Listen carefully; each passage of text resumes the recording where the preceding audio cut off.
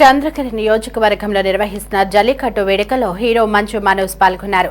ఈ సందర్భంగా ఆయన నాగాలమ్మ సర్కిల్ శ్రీకృష్ణ మందిరం వరకు అభిమానులతో కలిసి ర్యాలీ నిర్వహించారు.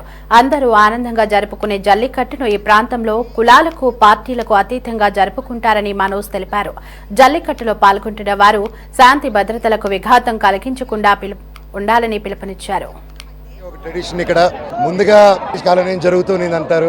అండ్ ఫస్ట్ మన రంగంపేటలోను ఇంకో ఊర్లో జరిగేది 20 సంవత్సరాల క్రితం నుంచి మన చంద్రగిరిలో జరుగుతుంది. అండ్ తమిళనాడులో జరిగేది చాలా డేంజర్ గా ఉంటుంది. కాకపోతే ఇక్కడ జరిగేది అంత డేంజర్ గా కాదు, కొంచెం సాఫ్ట్వేర్ వర్షన్.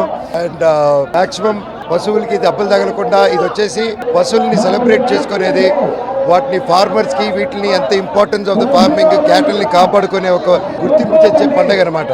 అండ్ అది మన చంద్రగిరిలో జరగడం చాలా హ్యాపీగా ఉంది. చంద్రగిరియే మామూలుగా అందరికీ చంద్రగిరి గురించి చంద్రగిరి కోట అనుకుంటారు, కానీ చంద్రగిరి అప్పటి నుంచో ఇన్నోవేషన్ కి అండ్ కొత్తదనానికి వెల్కమ్ చేసేదే చంద్రగిరి కోట ఒక రిజెంబ్లెన్స్. అప్పుడు ద్రవిడన్ తర్వాత మన విజయనగరం సామ్రాజ్యం ఉన్నప్పుడు వాళ్ళిద్దరు కలిసి కట్టిన కోట అనమాట. అప్పట్లోనే ఇన్నోవేషన్, పార్ట్నర్షిప్ ఇవన్నీ చేసేవాళ్ళు. ఒక మంచి టెక్నాలజీ తీసుకురావడం, ఒక బిల్డ్ చేసేదానికి కోట. అందుకే ఈ రోజుకి అంత ఫేమస్.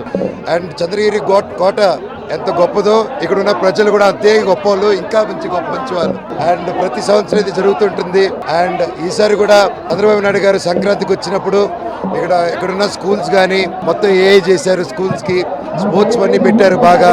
అలాగే ఆడవాళ్ళకందరికీ ఇక్కడ ఈ ఆటోస్ చేశారు. అంతకుముందు చాలా కష్టపడేటోళ్ళు వాళ్ళు. ఇప్పుడు దాదాపు ఈ ఆటోస్ వల్లే ఒక మహిళ దాదాపు 12 నుంచి 15,000 రూపాయలు ఒక డీజిల్ పెట్రోల్లో కాపాడుకుంటున్నారు వాళ్ళు. అండ్ ఇలాంటివి అభివృద్ధులు ఎన్నో జరుగుతున్నాయి. అండ్ ఇక్కడ కూడా చాలా ఫ్యాక్టరీస్, చాలా ఇన్నోవేషన్ రాబోతుంది చంద్రగిరి చుట్టుపక్కల. అండ్ చంద్రగిరిలో ఉన్నంత యూత్ చాలా యూత్ ఉన్నారు. చుట్టుపక్కల అంత యూత్ లేదు. ఈ రోజు బయటికి వెళ్ళి పనిచేసే వాళ్ళే కాకుండా చంద్రగిరి వదలకుండా ఈ చుట్టుపక్కల ప్రాంతాల్లో ఇంకా యూత్ ఇక్కడే పనిచేసుకుంటున్నారు. వాళ్ళకి మంచి ఫెసిలిటీస్ అన్నీ త్వరలోనే వస్తున్నాయి. అండ్ ఈ ప్రాంతం ఇంకా గొప్ప అభివృద్ధి చెందుతుందని గట్టి నమ్మకంగా ఉంది.